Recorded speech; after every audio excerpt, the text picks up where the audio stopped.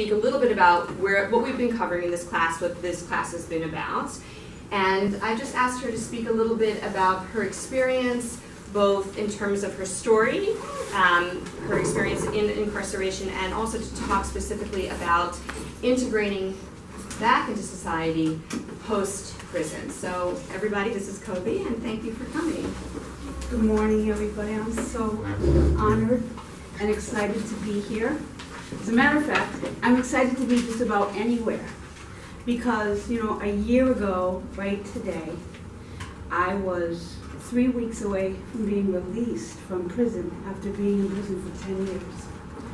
I was in prison for manslaughter, and I will explain a little bit of that to you in my story. I want to tell you the experience of being in prison and what it means in society, in our society, from my point of view. And I'd also like to tell you what it feels like now in the past year, trying to get myself back into society. First of all, my name's Colby Thompson, but you can all call me Colby because I intend to follow in Madonna's footsteps and be a one-name person.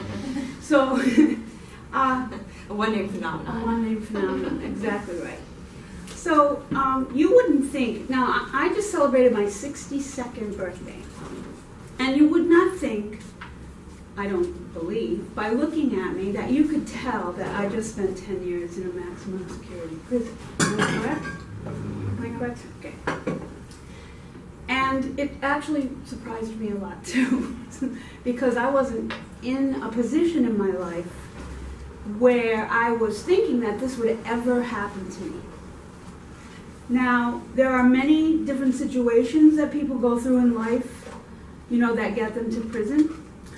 Some, we say, are lifelong criminals and lead lives that anybody would say, oh, I could see that coming.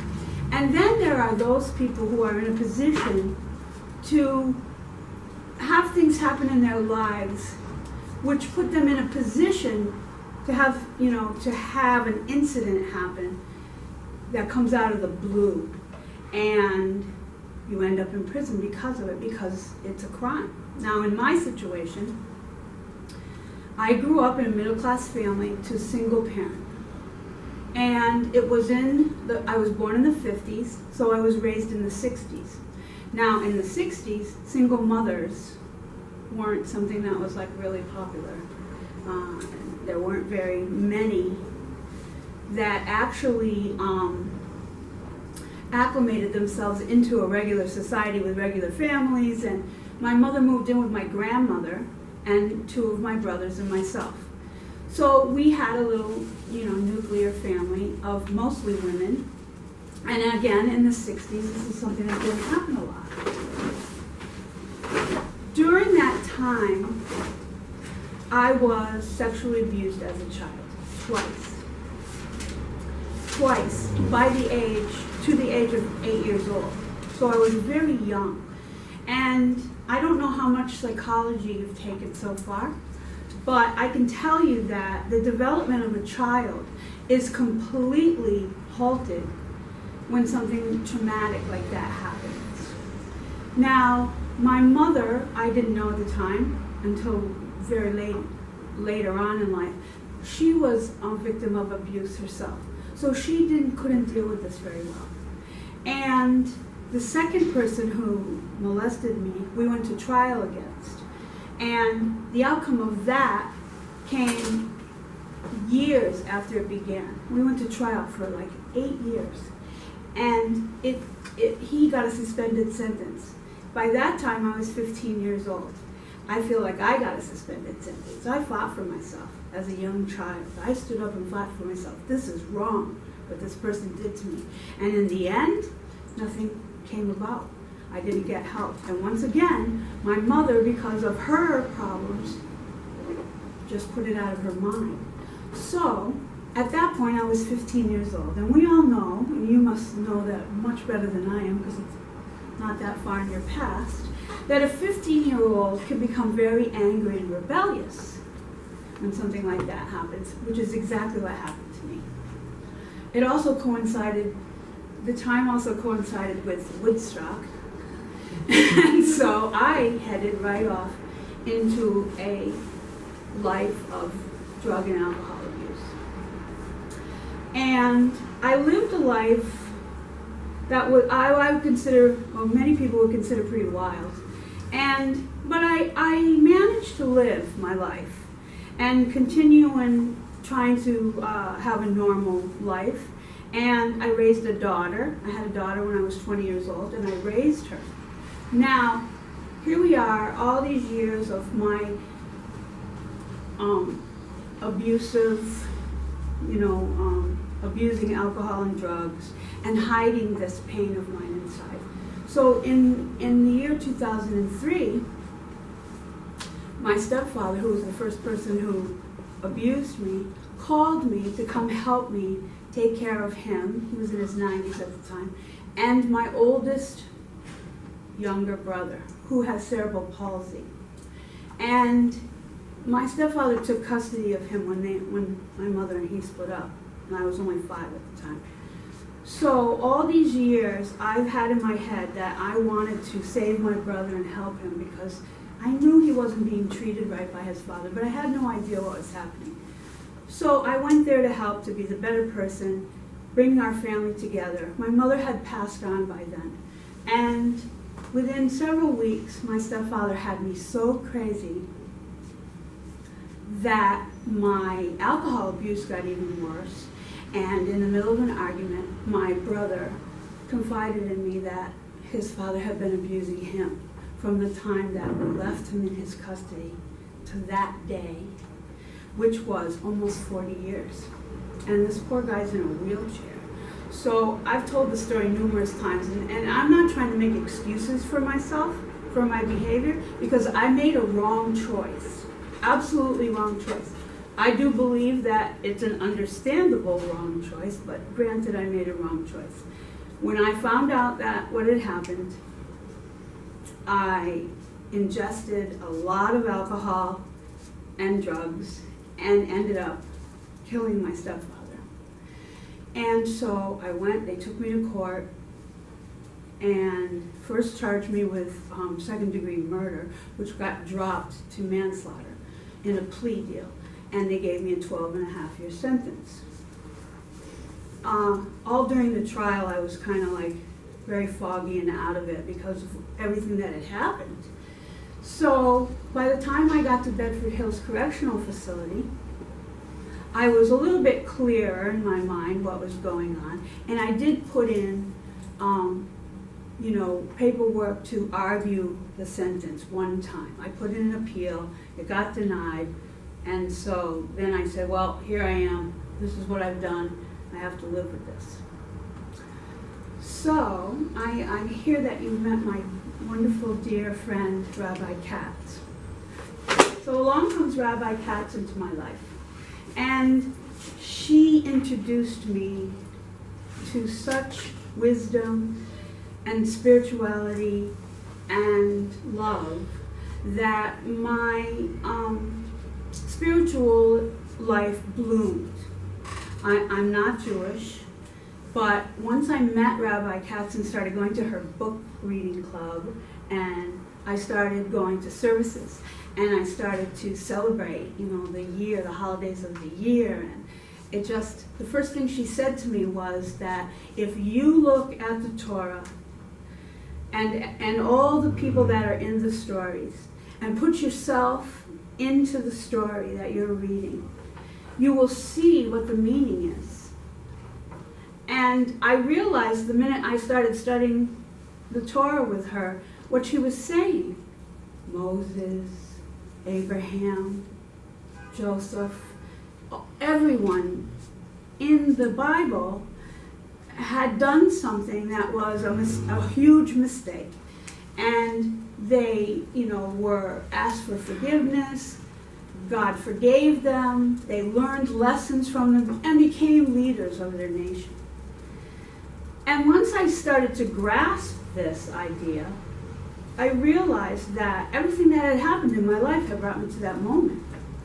And that if I took those experiences, all the experiences, the childhood pain, the uncertainty, the fear, the drug abuse, all the things that happened in my life that I won't even start to talk about during that wild time. All those experiences meant something. And I had a 10-year period, because I got a 12-and-a-half-year sentence. I spent 10 years before I was eligible to get out early for good behavior. And I spent those 10 years working on myself and contemplating myself, going within and figuring out exactly what happened, what went wrong, and how to fix it in myself. Now, I must say that the state prison system is not supportive for rehabilitation. It's not supportive for what happened to me. There are quite a few people in prison who have that happen. And I'm sure that you've read stories about people in prison who say, I've had a spiritual awakening and I follow God now and everything's great. Well, most of those people who say that really do mean it. And it does happen, because when you're faced with, I killed someone, that's a horrible feeling. No matter if you can justify your actions or not. To realize, to look at yourself in the mirror and realize that you took somebody's life is something that I can't even explain to you. However, what I can explain to you is that once I got that ingested, once I really looked at myself and said, oh my God, what have I done? As a matter of fact, I did that. I had a spiritual experience the day that I went into the prison. And I sat down and I looked up and I said, okay, I get it. I'm supposed to learn something from this, right? And I heard my mother's voice say, you're grounded. And I realized at that moment that all the times that she tried to ground me as a teenager to reel me in didn't work. Well, this time it better work, because I wasn't going anywhere. So I worked on that. I took that fear, I took that anger, I took that not being able to understand how I got to that spot, and I used it.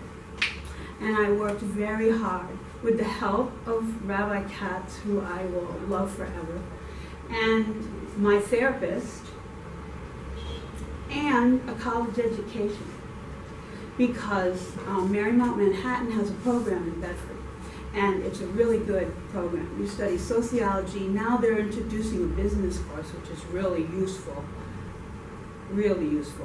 and that helped. Because once, and I'm sure that you're feeling this now, I don't know your backgrounds, but once you get into college, you start to see what the rest of the world is really all about. And you see everybody's opinions and everybody's experiences. And you start to look at that and say, gee, I didn't think about it that way. And it really expands your mind, better than any drug could possibly do. Education expands your mind. And once you start learning about all these opinions and everybody's take on the same subject, you realize that we were really, really all the same. We just come from different places and different points of view, different backgrounds, different parents. And Lord knows our parents, really try to make us believe what they believe. I mean, they teach us our first thing, so we learn from our parents very strong opinions. But once you get to college, you really got to see the different opinions, and that happened to me. So during the 10 years that I was in prison, I had a combination of spiritual awakening, mental health counseling, which included support for my addictions, and a college education. And this is my platform in life now. I truly believe that this is the way to rehabilitate people. The state and the country is way too focused on the punishment aspect. You are guilty, and that's it. And it's not very supportive at all. I did find some people that worked for Department of Corrections that were very nice and helpful and supportive. I can't say that everybody's bad, but the system on a whole is rotten, and it needs to be changed. And I know that New York State is really working on some of those issues because I'm involved with many organizations now, reentry organizations, and we are in Albany all the time. We're talking to the governor. I was with the governor 2 weeks ago when we're going to open Bayview, the prison down near the piers. It used to be a prison, but it closed in the past couple of years. They're going to open it as a women's center. And it's going to have all nonprofit organizations in it. They're going to help women in any way possible, which I'm for. But he spoke to us about all the things that they really, really are working. If you watch the news a lot, you will see this conversation coming up over and over again, federally and New York State. So that's a good thing, but it really needs to be pushed now. It really needs to have young people get involved in changing this system, because the system does no good in making the crime rate go down. I mean, the politicians and people brag about the crime rate going down, but it's really not the prison system that's doing that. You know, I say more, it's the reentry system that's doing that. People are coming into the prisons and helping. There are lots of volunteers who come in and they have really great programs there to help. We developed programs to deal with the AIDS crisis. We developed programs to deal with domestic violence and the child abuse in the prison. Now, getting some people involved in those programs is a little difficult, and that's where I feel that spirituality, if you take that as your forefront, the first thing that you deal with people that come to prison, then once you really can take a look at yourself and know your connection with what I call God now, and I never did before, once you feel that spiritual connection, you want to change yourself. So that's my forefront, in my opinion, and what I'm working with, because I would like to start some organizations of my own that deal with re-entry as a subject that gets brought up the minute you get put in prison. You're